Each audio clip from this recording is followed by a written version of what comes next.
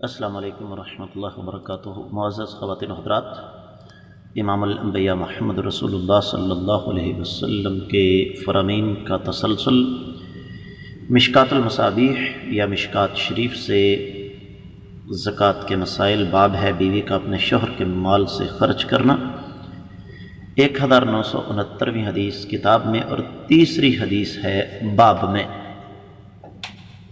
حدیث کے راوی سیدنا ابو موسیٰ اشعری رضی اللہ تعالیٰ عنہ، الفاظ یہ ہیں کہ عن ابی موسیٰ الاشعری رضی اللہ تعالیٰ عنہ قال قال رسول اللہ صلی اللہ علیہ وسلم الخازن المسلم الامین الذی یعطی ما امر به کاملا موفرا طیبتا به نفسه فیدفعه الی الذی امر له به احد المتصدقین متفق علیہ۔ حدیث صحیح بخاری اور صحیح مسلم میں آ گئی ہے، اس کی سند پر کوئی تبصرہ کرنے کی ضرورت نہیں۔ حدیث کے راوی سیدنا ابو موسیٰ اشعری رضی اللہ تعالی عنہ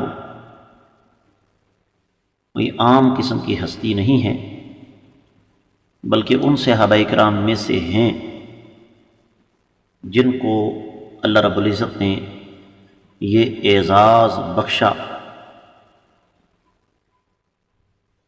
کہ کافی ساری احادیث ان سے مروی ہیں۔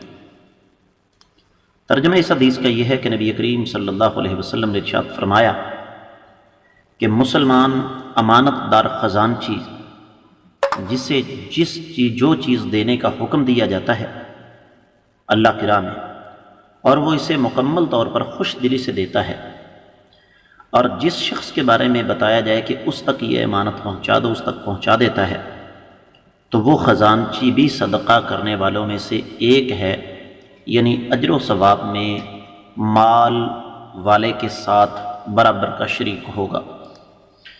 اگر تھوڑا سا غور کیا جائے معزز خواتین و حضرات، تو یہ حدیث ہماری زندگی کو بدلنے کے لیے کافی ہے۔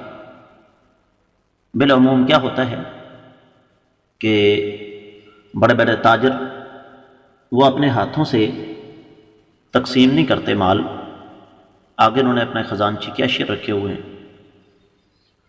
اور عام طور پر ہمارے ہاں یہ بات تو معروف ہے نا کہ کیشیئر کو کسی بھی فرم کی ماں کہا جاتا ہے۔ بات ذرا سمجھنے والی ہے، اور یہ بات میں نے ذاتی طور پر ایک کیشیئر کی زبان سے سنی۔ کہتے ہیں کہ کیشیئر کسی بھی فرم کی ماں ہوتا ہے۔ اب یہاں پر دو باتیں ہیں۔